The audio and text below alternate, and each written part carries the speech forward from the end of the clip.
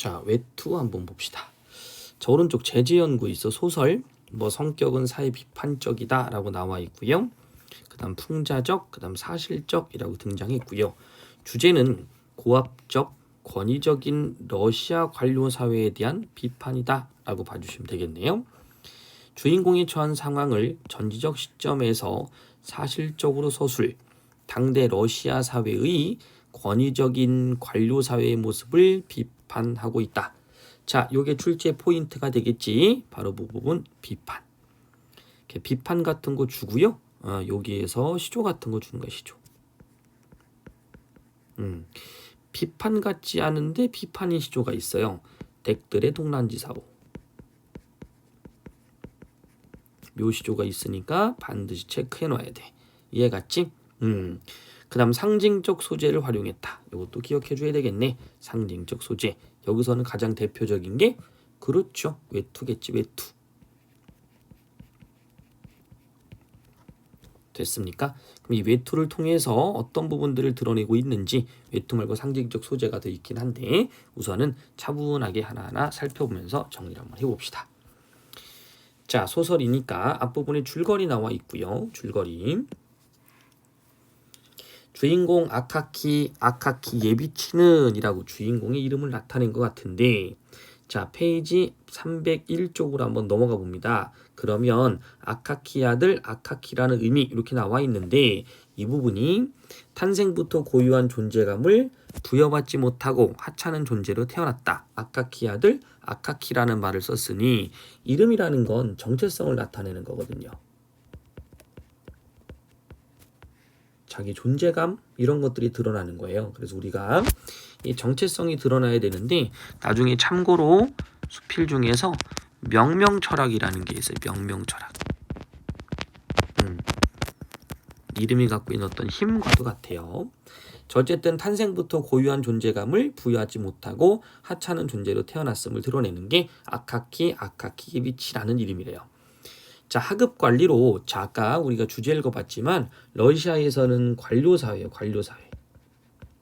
됐죠? 관료사회라는 특성을 우리가 알고 있어야 되는 거죠. 요게 앞에서 우리가 말하는 독서 중에서 지역적인 어떤 특색들을 확인했을 때 그 작품을 이해하기가 더 쉽다. 또는 그 작품을 이해할 때 사회문화적 특성이나 지역적 특성을 이해해야 한다. 이런 이야기겠죠. 그래서 우선 관료사회라는 특성을 안다면 하급관리라는 이 자체가 살아가기 얼마나 힘든 것인지 알 수 있을 겁니다. 그래서 주인공의 사회적 지위를 통해 인물을 좀 소개했고요. 자, 평생 서류 정리하는 보잘것없는 사람이다. 평생의 서류 정리 자체가 보잘것없는 건 아니겠지만 이건 러시아 관료 사회에서는 그렇죠. 서류 정리하는 이 자체, 하급 관리는 보잘것없는 것처럼 인식이 됐었겠죠. 그런데 어느 날 낡은 외투가 헤어져. 어느 날 낡은 외투. 그죠? 낡은 외투가 헤어져 도저히 입을 수 없게 된 것이다. 도저히. 입을 수 없게 된 거예요. 참고 참았다라는 뜻이겠죠. 그죠? 왜 그랬을까요? 그렇죠. 바로 밑에 나오지만 가난 때문일 겁니다. 가난. 됐나요? 가난 나타내는 단어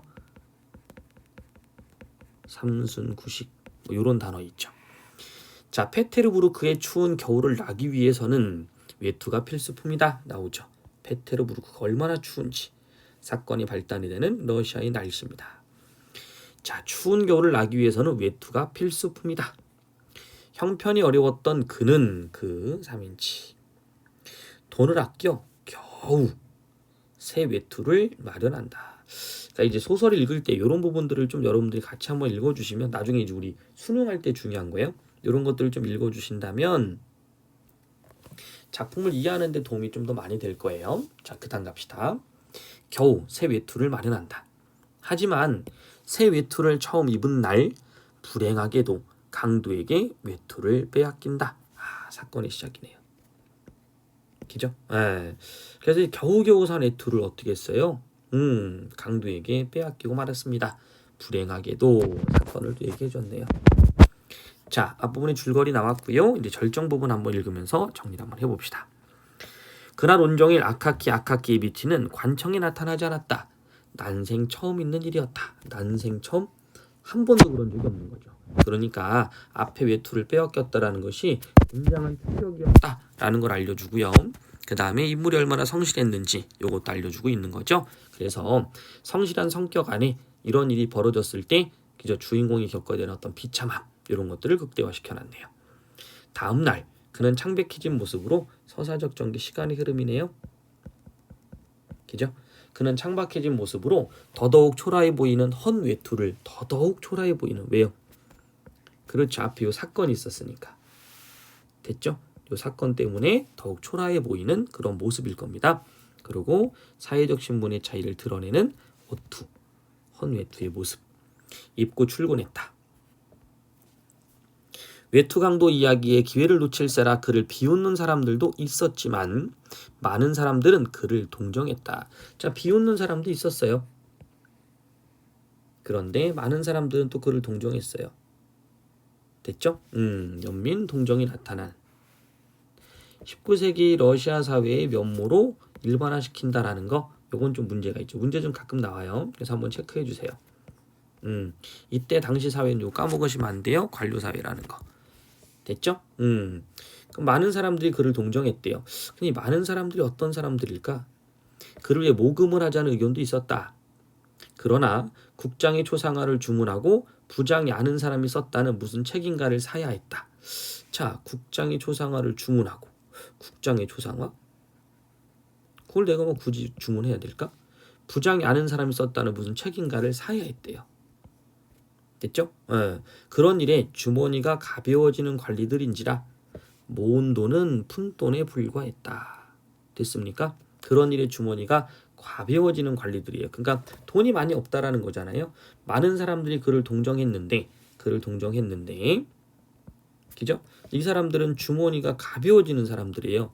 그러다 보면 그를 비웃는 사람이라는 건 아마 위 상급 관리 아닐까요? 그 다음에 많은 사람들이 그를 동정했다 그러면 하급 관리로 보는 게 나을 것 같고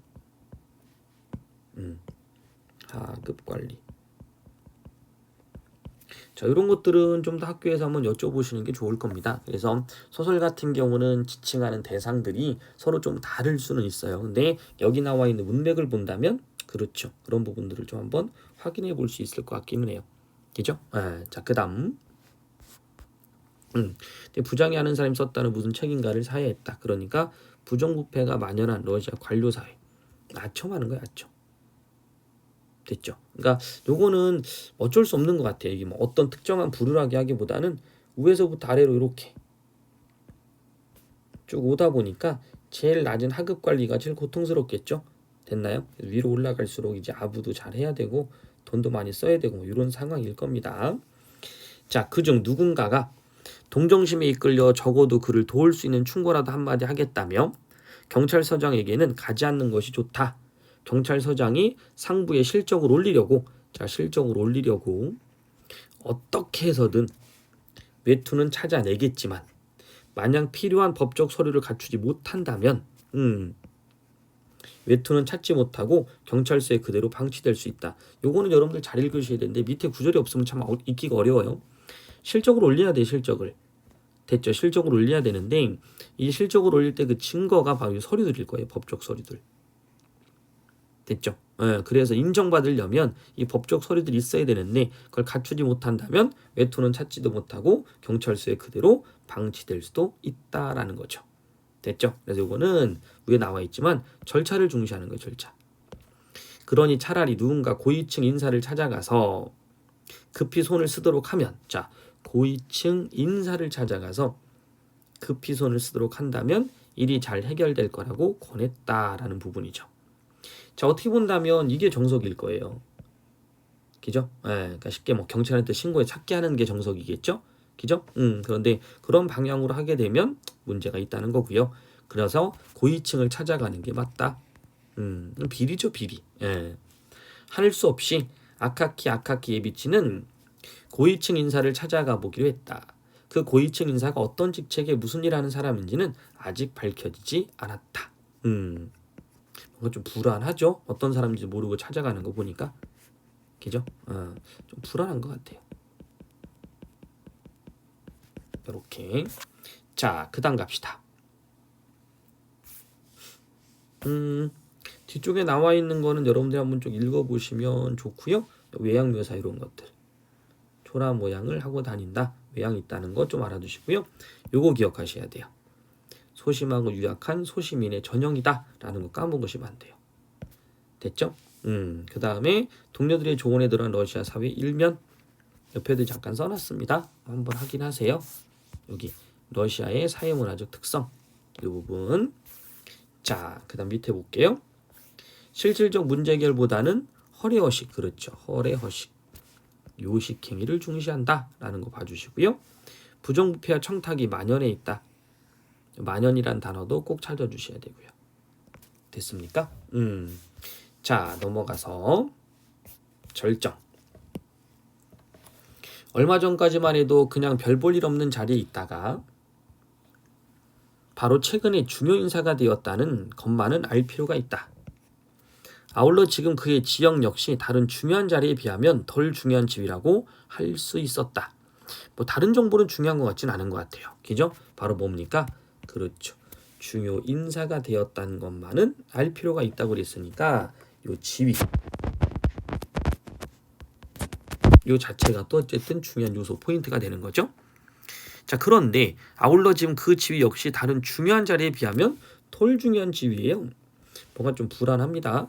하지만 언제나 다른 사람들이 보기에는 별 볼 일 없는 자리를 대단히 중요한 것처럼 생각하는 사람들도 있기 마련이다. 다른 사람들이 보기에는 별 볼 일 없는 자리를 대단히 중요한 것처럼 생각하는 사람. 자, 중요한 거잖아요.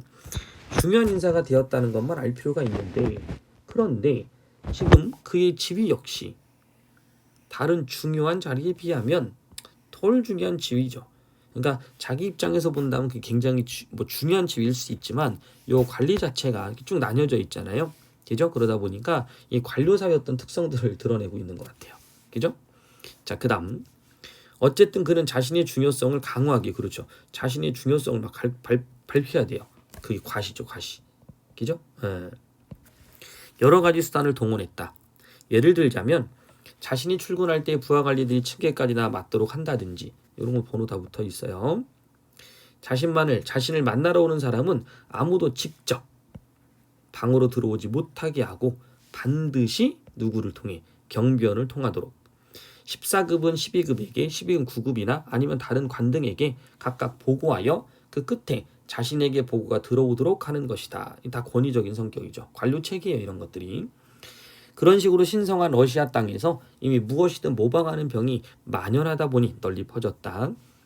모두 자기 상관의 본을 받아 사람들의 눈살을 찌푸리게 하였다. 자기 상관의 본을 받은 거야. 그러니까 받은 대로 똑같이 하고 있는 거죠. 본대로. 심지어 어떤 구급은 조그만 부서를 책임지게 되자 칸막이로 된 자신의 방을 만들어 집무실이라고 이름을 짓더니, 이런 게 다 권위. 붉은 깃에 넥타이를 메고 방문객이 문을 여달아주는 안내원까지 허례허식이나 권위. 그 집무실이라는 것도 보통 크기의 책상이 겨우 들어갈 만한 넓이였다고 한다. 이 고위층 인사의 행동 양식과 습관은 빈틈없고 위풍당당했으나 복잡하지는 않았다. 자, 그래서 이 고위층 인사의 행동 양식과 습관은 빈틈이 없고 위풍당당해. 그럼 다른 고위 관리랑 비슷했다. 하지는 복잡하지는 않았다. 뭐 이런 얘기네요. 그가 가장 중요시하는 체계는 엄격함이었다. 이거네요. 그렇게 많이 복잡하진 않아요. 뭐 앞에 나와 있는 뭐 이런 기죠? 그것보다는 그냥 엄격 또 엄격한 거. 이렇게 그는 보통 때도 외우고 다녔고 특히 마지막 단어를 발음할 땐 상대방의 얼굴을 아주 의미심장하게 바라보았다. 그러니까 이 엄격이라는 게, 그죠? 복잡하진 않아요. 미리 수월하게 돼야 되는데 왠지 엄격도 엄격이라는, 엄격이라는 단어가 뭔가 좀 뉘앙스가 이상하죠? 그죠? 불길해요. 사실 그것은 아무 명분도 없는 행동이었는데도 열명남짓한 부서의 관리들은 안 그래도 의뢰인, 공포에 질려 있는 사람들이라 멀리서 그를 보기만 해도 하던 일을 멈추고 부동 자세로 서서 상관이 방을 다 지날 때까지 기다렸다.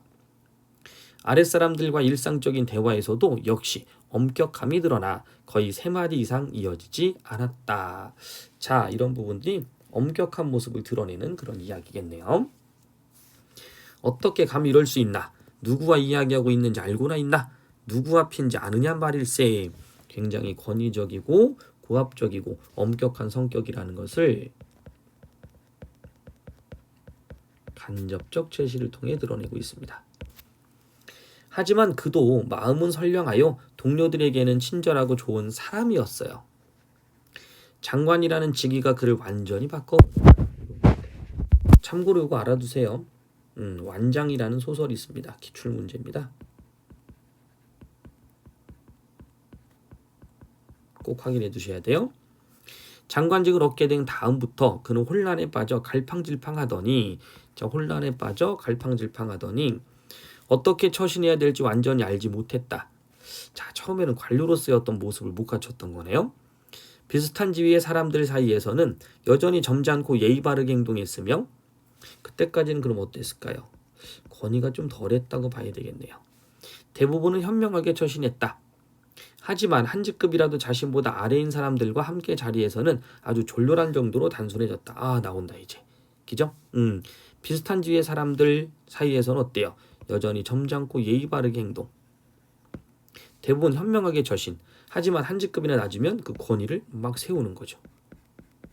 됐죠? 이런 게 바로 어때요? 이중적 태도. 함께한 자리에서는 아주 졸렬한 정도로 단순해졌다. 자, 단순해졌다? 위에 올라가 볼까요? 복잡하진 않았다. 이건가요? 자, 어쨌든 표현들이 그죠? 좀 연결이 되는 부분이 있는 것 같긴 해요. 자, 졸렬할 정도였다. 정도로 단순해졌다. 입을 꼭 다물어 버려 남들 보기에도 딱했을 뿐 아니라 그 자신도 이를 깨닫고 훨씬 더 재미있는 시간을 보낼 수 있을 텐데도 라고 아쉬워할 정도였다. 종종 그의 눈에서 재미있는 대화나 무리에 끼고자 하는 간절한 소망을 읽을 수 없었지만 대화나 무리에 끼고자 하는 간절한 소망을 읽을 수는 있었지만 그의 생각은 정체되어 있었다. 그러니까 지금 어떻게 하는 거예요? 갈팡질팡하는 거예요. 됐죠? 여기에서는 권위가 조금 없어지는 모습인데 밑으로 올 땐 또 권위를 내세워야 되는 듯한 모습도 좀 보이고. 됐죠? 자, 그 다음 너무 넘치게 베푸는 것은 아닐까? 너무 격이 없어지진 않을까? 그러다 품위가 손상되지 않을까 하는 사고방식 탓에 경직됐죠. 그는 언제나 한결같이 침묵을 지켰고 가끔 짤막하게 한마디씩 내뱉는 것이 전부였으므로 권위를 지키는 결국에는 따분한 인간이라는 오명을 얻게 되었다. 그게 아마 이 엄격함과 연결이 되는 것 같죠. 그죠? 바로 이런 사람을 우리 아카키 에비치가 찾아간 것이다. 이제 얘기한 거네요. 그죠? 그것도 가장 안 좋은 시간에 찾아갔으니 이 고위층 인사에게는 마침 적시에 나타나준 것이지만 요거는 암시예요. 꼭 알아두셔야 돼요. 뒤에 일어날 일 예측할 수 있어요. 가장 안 좋은 시간에 찾아갔다. 고위층 인사에게는 마침 적시에 나타나준 것. 아카키 에비치에게는 최악의 순간. 어떤 상황일까요? 호기심을 자극하고 있죠. 고위층 인사는 자신의 사무실에 오랫동안 못 만나다가 바로 얼마 전에 찾아온 어린 시절의 오랜 직위와 막역지유라든지 직위지유라든지 이런 단어 있죠. 더없이 유쾌한 대화를 나누고 있었다. 자, 이 친구가 찾아온 거예요. 고위층 인사한테 아주 오래된 친구고요. 자, 그랬을 때 누가 온 거예요? 그렇죠. 아카키 에비치가 온 거예요. 이 주인공. 그럼 어때요? 이 친구 앞에서 이 고위층 인사는 허세를 부리기에 딱 적절한 거죠. 그런 수단과 도구로 이용하게 되는 겁니다. 이때 아카키 에비치라는 사람이 찾아왔다는 보고가 들어왔다. 그는 짤막하게 물었다. 누구야? 그러자 무슨 관리랍니다 라는 대답이었다. 그래, 기다려야겠는데 지금은 바쁘니까. 고위층 인사가 말했다. 여기서 이 인사의 말이 거짓말임을 밝히지 않을 수 없다. 밝혀야 된다.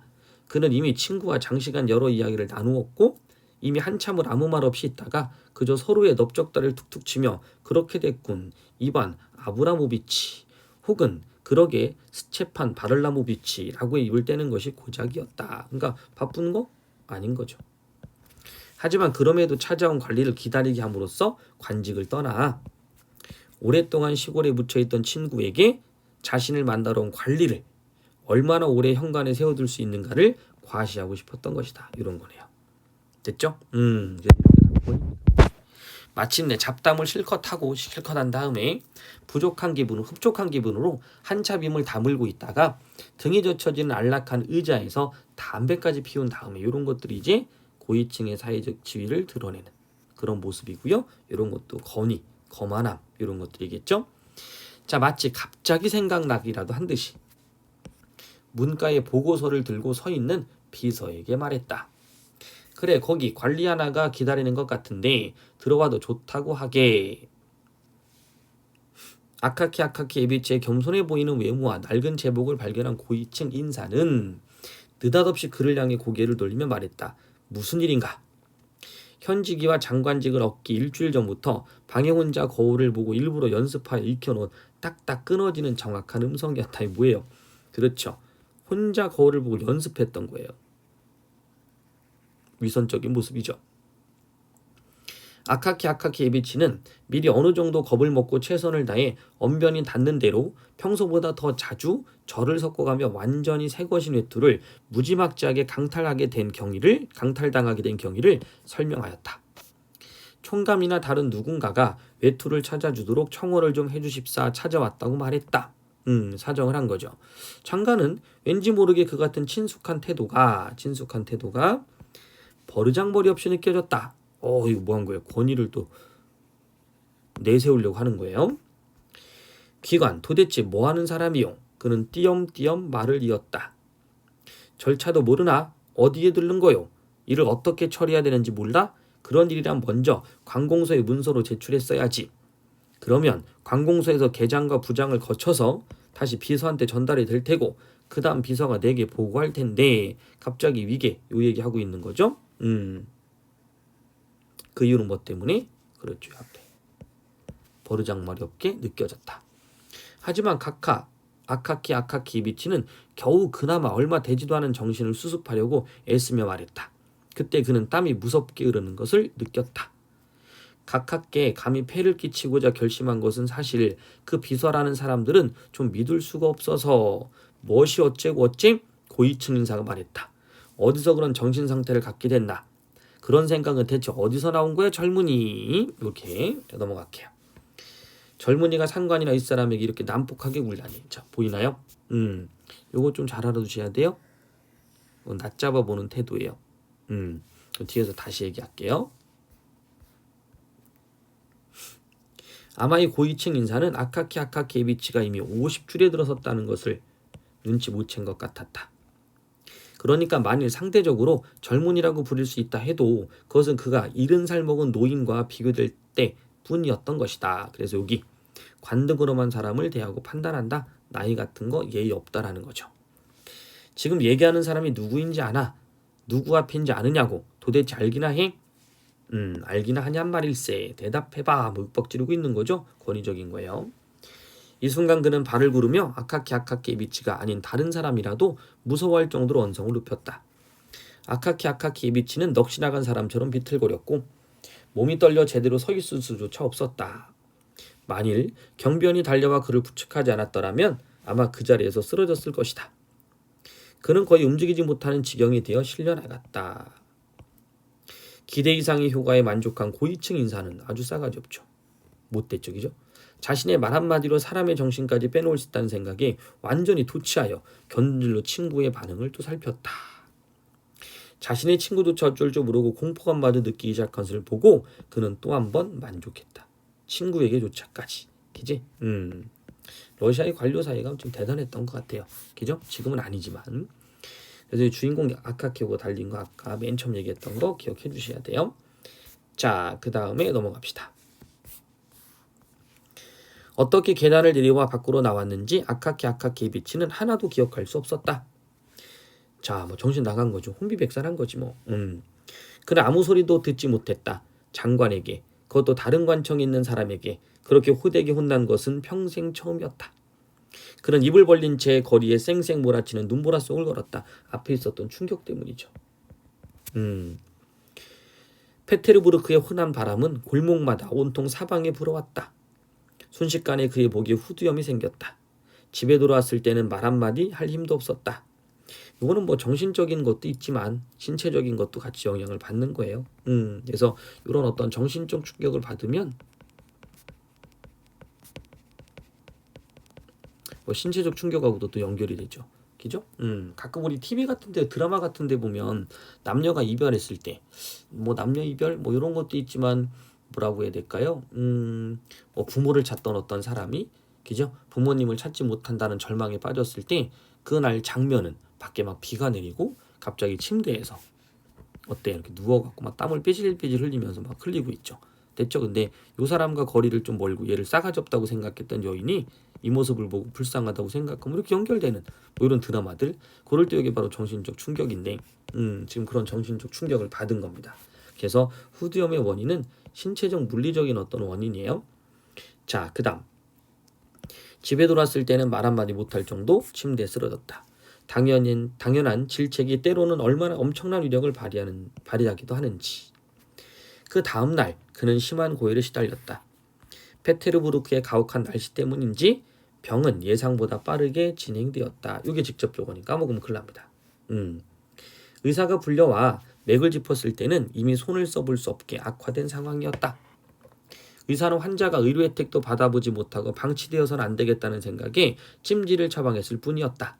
그나마 하루 반이 지나자 피할 수 없는 최후의 순간이 왔다. 죽음이 다가온 거죠. 그러자 의사가 주인집 노파에게 말했다. 이봐요 할멈, 그렇게 멍하니 시간만 보내지 말고 지금 소나무 간이라도 주문해 주시오. 이 사람 형편에 참나무 간은 너무 비쌀 테니. 아카키 에비치 본인은 너무나 치명적인 그 말을 들었다면 그 말에 그가 엄청난 충격이라고 받았는지 아니면 자신의 팔자를 개탄하지는 않았는지 여기에 대해서는 환자가 내내 열에 들떠 헛소리만 내댔으므로 전혀 알 수가 없다. 그는 계속해서 헛것을 보았다. 그는 자신의 새 외투를 만들어 주었던 페트로비치를 보고 그에게 도둑 잡는 덫이 달린 외투를 만들어 달라고 주문하였다. 누가? 그가. 됐죠? 침대 밑에 숨어있는 도둑의 기척을 계속 느끼면서 매번 주인 노파를 불러 모포 밑에 숨어있는 도둑을 끌어내라고 하는가 하면 새 외투, 왜 새 외투가 있는데 혼외투를 눈앞에 걸어두었는지 묻기도 하고 판에 박힌 꾸지람을 들으며 장관 앞에 서 있듯 각하 죄송합니다라는 말을 반복했다. 그러니까 지금 어떻게 하고 있는 거예요? 그렇죠. 헛소리를 계속 하고 있는 겁니다. 마침내 입에 담기 어려운 말을 짓거리며 그는 발광했다. 살아생전 그런 말을 들어본 적이 없는 노파는 성호를 긋기까지 했다. 그 다음엔 반드시 각하라는 칭호를 붙였다. 여기서 받은 충격이 진짜 큰 게, 그죠? 이후 그 입에서 나오는 소리는 전혀 말이 되지 않는 것들 뿐이어서 도무지 이해할 수가 없었다. 단지 정신없이 튀어나오는 말이나 생각들이 전부 하나같이 외투와 관련된 되어 맴돌고 있다는 것을 알 수 있을 뿐이었다. 이렇게 기억해 주시면 되겠죠. 됐나요? 두 개 꼭 외워주셔야 돼요. 마침내 불쌍한 아카키 에비치는 숨을 거두고 말았다. 됐죠? 이렇게 한번 알아주시면 될 것 같아요. 자, 뒷부분의 줄거리. 아카키 에비치가 죽은 날부터 페테르부르크에서는 이상한 사건이 발생한다. 밤마다 다리 근처에 유령이 나타나 행인들의 외투를 빼앗아 가는 일이 벌어진 것이다. 한이죠, 한. 마침내 유령은 자신을 홀대했던 고위층 인사 외투를 빼앗고 나서 자취를 감추고 이 소동은 진정이 된다. 맨 마지막에는 요거죠. 독자들이 카타르시스를 경험할 수 있도록 하는 장치라고 봐주시면 되고요. 하지만 요 귀신 유령이 비판의 대상은 아닙니다. 이런 것도 좀 알아두시면 좋을 것 같아요. 자, 전체로 한번 읽어봤고요. 아카키 에비치의 죽음의 원인, 직접적인 건 어떤 게 된다고요? 그렇죠. 추위였어요. 추위 좀 알아두시고요. 자, 신체적 몹시 추운 날 낡은 외투만 입고 눈볼 아래 치며 집으로 걸어오다가 후두염에 걸렸다. 자, 심리적인 건 외투를 잃어버린 것도 있고요. 외투를 되찾을 수 없다는 절망감에 빠졌기 때문이다. 그것이 바로 죽음에 이르게 되는 원인 이렇게 보시면 될 것 같아요. 직접적인 원인은 그렇죠. 후두염이에요. 중심 소재 외투의 의미 다시 한번 또 알아두시고요. 자, 요 정도 우리가 한번 읽어봤고 뒤쪽은 요약하는 내용이니까 한번 정리해 보시면 될 것 같으니까 어렵지 않을 것 같습니다. 됐나요? 그 다음에 2번 같은 거는 보기로 같이 출제가 될 수 있으니까 한번 좀 알아두세요. 요 2번 보기. 한번 읽어줄게요. 고골이 바라본 러시아 사회는 관등의 세계다. 고골의 주인공 소개는 관등부터 시작된다. 그들의 성격은 마치 관등의 성격과 일치하는 것처럼 소개된다. 관등 숫자의 날줄과 시줄로 잘 짜인 빈틈없는 공간. 그 막힌 도시 공간에 인간들이 갇혀 있다. 그러니까 뭐라고 해야 될까요? 관등을 중심으로 하는 사회 속에서 인간성을 상실하고 있는 그런 모습이라고 보시면 되겠죠. 이런 관등을 통해 사람과 사람의 관계가 설정된다. 인간은 관등의 노예로 전락, 관등의 세계에서 인간임이 죽은 것이나 마찬가지다. 살아있는 것은 인간들이 입고 있는 관등을 나타내는 옷뿐이다. 고골의 시선은 바로 이러한 관등이 지배하는 세상에 초점이 맞춰져 있다. 그래서 당대에 러시아의 만연한 철저한 관등 준수, 경직된 과시적, 권위적 관료사회의 실태를 드러냈다라고 봐주시면 됩니다. 자, 요 정도 한번 보시고요. 학습 활동은 만약에 나온다면 그때 다시 한번 해줄게요. 자, 그럼 오늘 수업은 여기까지 하도록 합시다.